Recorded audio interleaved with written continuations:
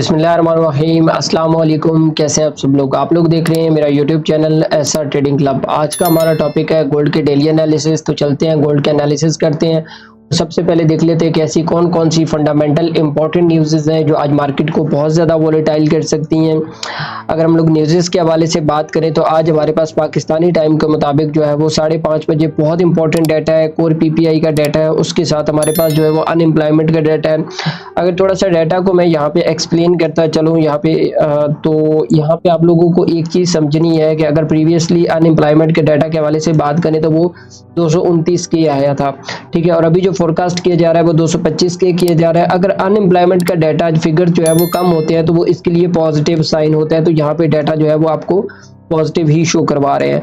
तो ये ओवरऑल अगर डाटा के हवाले से थोड़ी सी बात कर ले तो ये जो डाटा है, ये वाला कोर पीपीआई का डाटा जो है, ये डाटा जो है वो आपको मिक्स देखने को यहाँ पे मिल सकता है। तो मार्केट जो है वो दोनों साइड पे वोलेटाइल हो सकती है। अच्छा, रात को एफएमसी के मुतालिक हम लोग थोड़ा सा बात कर लेते हैं कि एफएमसी के अंदर जो है वो क्या चीज़ें थी, क्या कुछ डिस्कस हुआ। तो अगर आप लोग यहाँ पे देखें एफएमसी में जो रेट फेडरल फंड रेट थे वो तो अभी तक वही बरकरार है, क्योंकि उन्होंने लास्ट टाइम जब मीटिंग मिनट्स आए थे तो उन्होंने यही स्टेटमेंट जारी किया था कि आप लोग जो है वो हम लोग जो है वो जो अपने इंटरेस्ट रेट है वो हम लोग अभी स्टेबल रखेंगे आने वाले कुछ मंथ्स के लिए।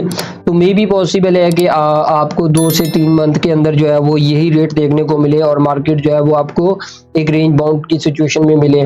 तो बाकी आप लोगों के साथ एक मैं लाजमी जो है वो एक चीज़ शेयर करना चाहता था कि अगर आप लोग यहाँ पे इन एफएमसीज को जो है वो रीड करना चाहते हैं तो यहाँ पे इनका ये ऑफिशियल बैंक का पेज है, ठीक है। तो आप यहाँ पे जाके इसकी जो लास्ट एफएमसी मीटिंग मिनट्स हुई या प्रेस कॉन्फ्रेंस हुई तो यहाँ पे जाके आप इसको स्टडी कर सकते हैं। इवन के यहाँ पे आपको पीडीएफ भी मिल जाता है, तो वहाँ पे आप उसको इजीली बैठ के स्टडी कर सकते हैं, ना कि आप अदर्स चैनल के ऊपर जाएं, वहाँ पे आपको कोई इतना खास नॉलेज नहीं मिलता है।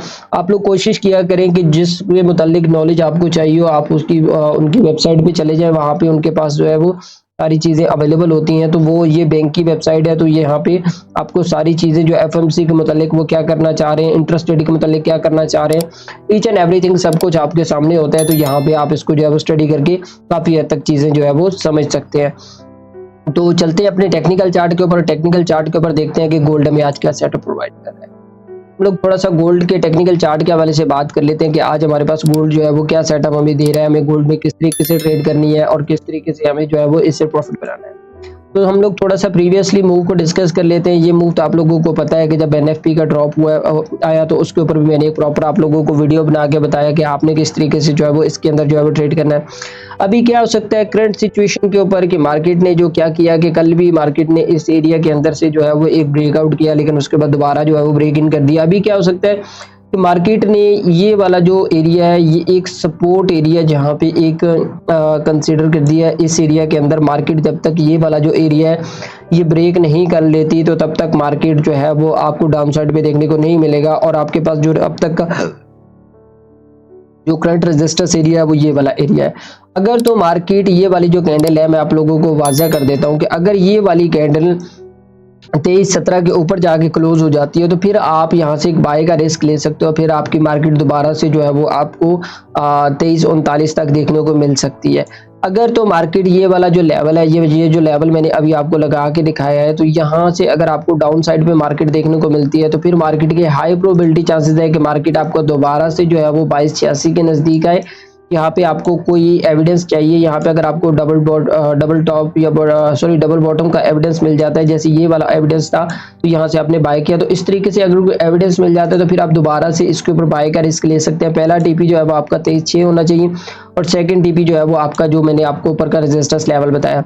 अभी मैं आप लोगों को बाय क्यों प्रेफर कर रहा था, अगर आप यहाँ से एक ट्रेंड लाइन भी लगाए तो यहाँ पे अगर आप लोग देखें तो यहाँ पे एग्जैक्टली इसी एरिया के अंदर आपको जो है वो एक चैनल जो है वो ड्रा होता हुआ नजर आ रहा है कि मार्केट जो है वो कुछ इस तरीके से आपको फॉर्म करती हुई नजर आ रही हो। यहाँ पे इस एरिया के अंदर अगर आप लोग देखें तो मार्केट ने काफी हद तक जो है वो रेंज क्रिएट किया। रेंज क्रिएट करने के बाद जब न्यूज़ आई तो न्यूज़ के बाद दोबारा मार्केट ने यहाँ पे, तो मार्केट हो सकता है मे भी पॉसिबल है कि यहाँ से इस एरिया से जो है वो आपको अप साइड पे देखने को मिल सकती है। तो ये सारी चीज़ें स्ट्रक्चर वगैरह ड्रा करके समझाने का मकसद ये होता है कि आप लोग गलती ना करें। अल्हम्दुलिल्लाह अगर मैं कल अपने प्राइवेट ग्रुप की बात करूँ तो अल्हम्दुलिल्लाह हम लोगों ने जितने भी सिग्नल्स दिए ईच एंड एवरीथिंग कुछ पब्लिकली सिग्नल्स दिए तो हमारे अल्हम्दुलिल्लाह बहुत अच्छा प्रॉफिट हम लोगों ने गेन किया। तो आप लोगों से भी यही रिक्वेस्ट होती है कि आप लोग जो है वो, ज़ाहिर सी बात है, इस मार्केट में जब आप आते हो तो आप प्रॉफिट बनाने के लिए आते हो और आप प्रॉफिट नहीं बना पाते हो। उसके पीछे का रीज़न ये है कि आप लोगों के पास वो एक्सपीरियंस नहीं है, आप लोगों के पास वो नॉलेज नहीं है, और सबसे इम्पोर्टेंट बात ये है कि यार यहाँ पे हर बंदा जो है वो आपको एक गलत गाइडेंस दे रहा है, मतलब वो एक अपनी जो चीज़ है वो उसको बेचने के चक्कर में लगा हुआ है, ना समझाने समझाने के चक्कर में नहीं है, सीधी बात करूँगा। अच्छा, एक चीज़ यहाँ पे आप लोगों को समझनी पड़ेगी कि देखें, अगर आपको किसी भी जगह ट्रेड करना है या किसी बंदे के साथ मिलके ट्रेड करना है, तो उसको बोले कि भाई अगर आप हमें बाइंग सेलिंग करवा रहे हो तो आप हमें एटलीस्ट ये तो बताओ ना कि आप क्यों बाय करवा रहे हो, क्यों सेल करवा रहे हो, उसके पीछे का कारण क्या है, उसके पीछे की साइकोलॉजी क्या है, तो क्यों आप हमें बाइंग सेलिंग करवा रहे हो।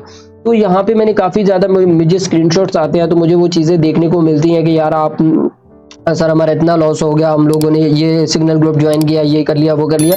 और भाई अगर आप कोई भी सिग्नल ग्रुप ज्वाइन करते हो तो उसकी प्रॉपर एक हिस्ट्री होती है, वो चेक किया करो, उसका रिकॉर्ड चेक किया करो और उससे पूछो कि आप किस बेस्ड के ऊपर सिग्नल देते हो। आप उसका पहले पूरा एक सेटअप समझो, देन उसके बाद उसके साथ अपनी कोई रियल इन्वेस्टमेंट करो और कोशिश करो कि आप ज़्यादा से ज़्यादा सीखने की तरफ जाओ। जब तक आप इसको सीखोगे नहीं तब तक आप इसको कभी भी जो है वो सही तरीके से नहीं कर पाओगे।